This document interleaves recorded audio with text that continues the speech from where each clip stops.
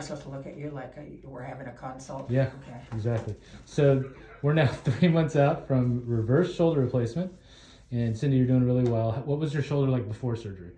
It was pretty impossible on a daily basis. I couldn't put my hair in a ponytail. I couldn't blow dry my hair. It was awful. A lot of pain. A lot of pain. And we did great with the surgery. We're doing great with the rehab, some excellent physical therapy. How's your motion today as far as going straight forward? Would you like me to show you? Yeah, please. All the way up as high as you can go. Awesome. Come on back down. And then we're going into abduction, which is arm away from the body like that. Yep, as high as we can go.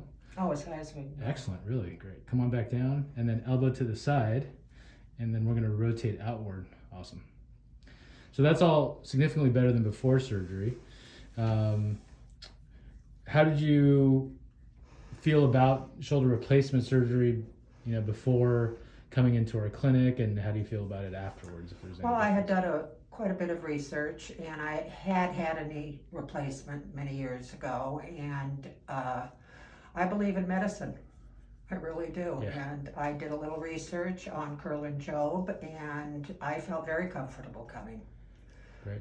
And had you heard about the reverse shoulder replacement? And No, I had not. Okay. Dr. Lee, you were the first one who brought that up and explained it to Okay. me. Awesome, great job.